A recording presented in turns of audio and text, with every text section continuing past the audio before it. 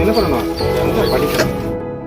புதுச்சேரி மாநிலம் காரைக்கால் மாவட்டத்தில் நேற்று சுனாமி நினைவு தினம் அனுசரிக்கப்பட்டது. இதன் ஒரு பகுதியாக காரைக்காலை அடுத்த பட்டினச்சேரி மீனவ கிராமத்தில் சுனாமி நினைவேந்தல் நிகழ்ச்சியில் பங்கேற்பதற்காக சென்றுள்ளார் காரைக்கால் மாவட்ட ஆட்சியர் மணிகண்டன். அப்போது காரைக்காலில் இருந்து நாகை செல்லும் சாலையில் MOH பேருந்து நிறுத்தம் அருகே நிறைமாத கர்ப்பிணி ஒருவர் கடும் வெயிலில் பேருந்துக்காக காத்திருப்பதை பார்த்து காரை நிறுத்தியுள்ளார். தான் நிரவி அடுத்த நடுக்கலாம்பேட் பகுதியை சேர்ந்தவர் என்பதையும் காரைக்கால் அரசு மருத்துவமனையில் வழக்கம் போல் மருத்துவ பரிசோதனை செய்துவிட்டு பேருந்திற்காக காத்திருப்பதாகவும் கூறியுள்ளார் கர்ப்பிணி. இதனையடுத்து கர்ப்பிணியையும் அவரது அத்தையையும் தனது காரில் ஏறும்படி கேட்டுக்கொண்ட ஆட்சியர் நடுக்கலாம்பேட் பகுதியில் உள்ள அவரது வீட்டிலேயே இறக்கிவிட்டுள்ளார். இதையடுத்து கர்ப்பிணியின் வீட்டிற்கு சென்று மகப்பேறு மருத்துவ அட்டைகளை பார்வையிட்டதுடன் குடும்ப பின்னணி, பொருளாதார நிலை மற்றும் வேலைவாய்ப்பு குறித்து முழு விவரங்களையும் கேட்டறிந்தார். மாவட்ட நிர்வாகம் மூலம் தேவையான உதவிகள் செய்து தரப்படும் என்று உறுதியளித்ததோடு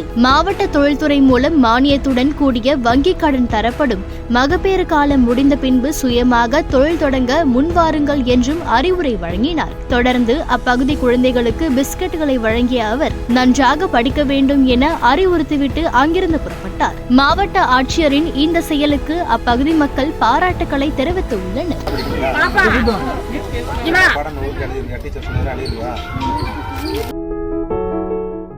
படிச்சாதான் பிள்ளைங்க பெரிய இப்போ உங்க அம்மா அப்பா கஷ்டப்படுறது நீ படிச்ச பெரிய இது என்ன